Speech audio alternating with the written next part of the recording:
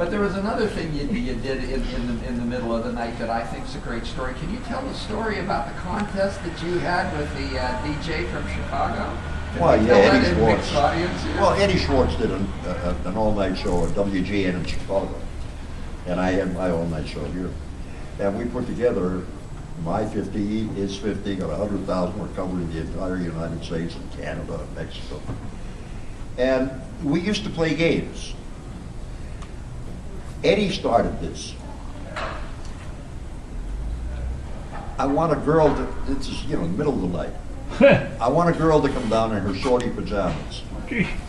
Oh? Well, if you can do it, I can do it. So he had a girl come down in her shorty, and I had a girl come down in her shorty pajamas. Next thing, how about a bikini? Well, he had a girl come down in a bikini, I had a girl come down in a bikini. The next thing was nude. And he had a girl named Carol there. I found out later that he didn't. And I wasn't going to bring anybody down either, but I found somebody I could fake it with. Lo and behold, my studio door opens and this woman comes in and she's got a jacket on, opens it up, she's stark naked. What do you do? Sit down, I'll interview you. Come on, what are you doing? Well, that didn't go over too well with management, either in Chicago or Pittsburgh. Bill Hartman, the manager, called me into his office the next day. And he said, "Are you crazy?" I said, "Why?" He said, "You're the naked woman in your studio last night." I said, "I don't know how she got in." He said, "That's the problem. She found a door that was open. One of the TV doors that led outside. Sure. Somebody left it ajar because they were out for coffee or something. And she found the door. Made her way up to the studio. Well, Hartman said, "You're going to get a week off without pay." I said, "What am I, in high school?" He said, No, that's it, a week without pay." I said, "How about Schwartzy?" He said, "They almost fired him." Yeah. 3 paydays later, I found an extra paycheck in my Oh, he's a good guy. Yeah. We're here at Joseph Bett Booksellers talking about Pittsburgh's golden age of radio, which I had the honor to compile to honor people like Jack Bogan and Frank Gottlieb and Perry Marshall, who have joined me tonight. Obviously, the book's available here at Joseph Bett Booksellers and bookstores everywhere. Any of you guys, before I'm going to open it up to see if there's any questions here, because we've been more than 45 minutes, and I know some of these people may have some other things to do tonight, but any of you have another story that you might be able to offer up? Well, I can tell one sort of on myself. As Perry mentioned, there were slogans that stations had. When 13Q came on, you know, the movement to 14K for KQV. And one little thing we did at WAMA was take digs at the other stations.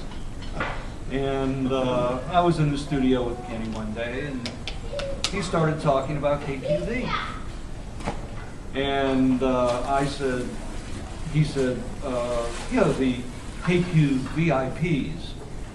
And I put on a faux Southern accent. I said, "Oh, the very important people." Oh. And he just cracked up. Yeah. And that's, you know, now I are one. But one key thing is Perry had a very distinct personality on the air. Jack had a very distinct personality on the air. The people you listened to in the air I covered in the book were all live.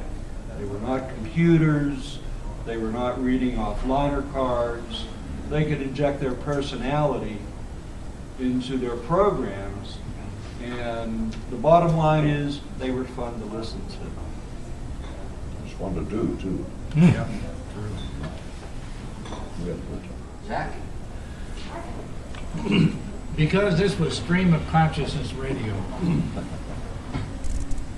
Remember Marie Torrey? Anybody? Oh, yeah. Remember? Oh, yeah. She was a wonderful lady. She was a great reporter. But the thing Joni and I loved most about Marie Torrey was she was capable of great silliness.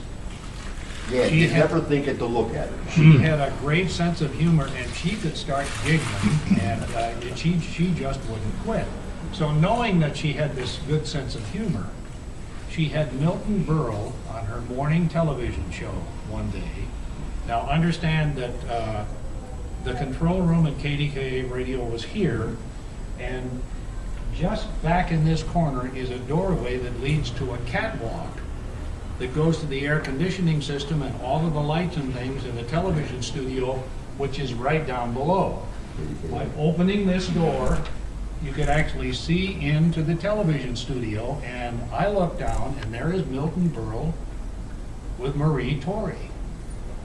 So I said on the air, because we had the latitude in Stream of Consciousness Radio, I said, tell you what, I said, turn on your television set and turn up the audio, because in just a minute I'm going to open the door to Marie Torrey's studio and I'm going to say, "Hello, Uncle Milty!"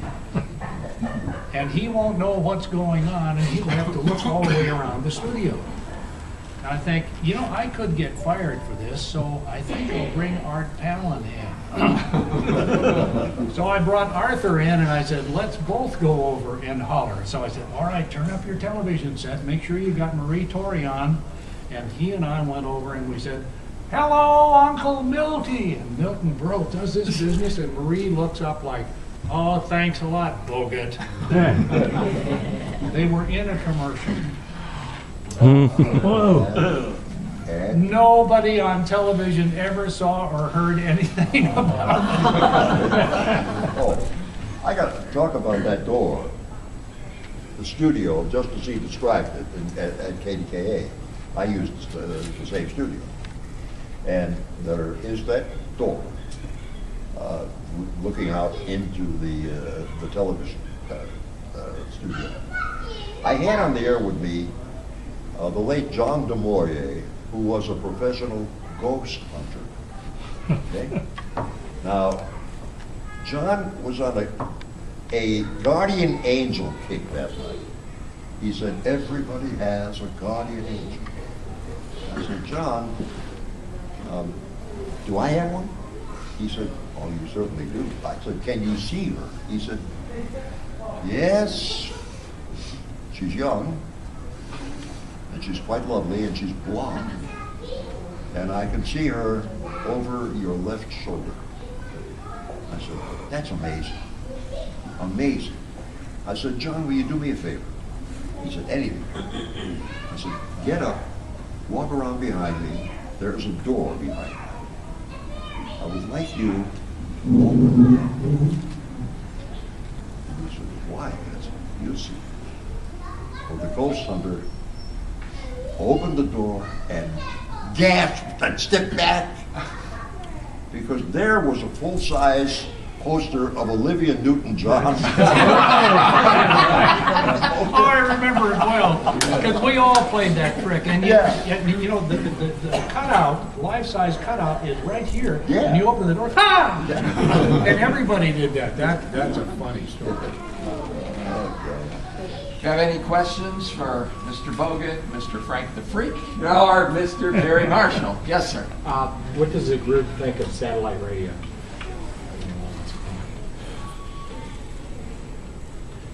Inevitable. Inevitable. I don't listen to it. Well, Howard Stern. All right, Howard Stern is He has one of naked ladies in the studio. Howard Stern, in my opinion, is one of the most talented broadcasters around. He does not have to be dirty, and he doesn't have to choose the subject matter he chooses. He can be professional and be funny and entertaining and all of those things. In my opinion, he takes the cheap way out. It's like saying a dirty word in church. You'll attract attention every single time, but how many will you offend and at what cost to your audience?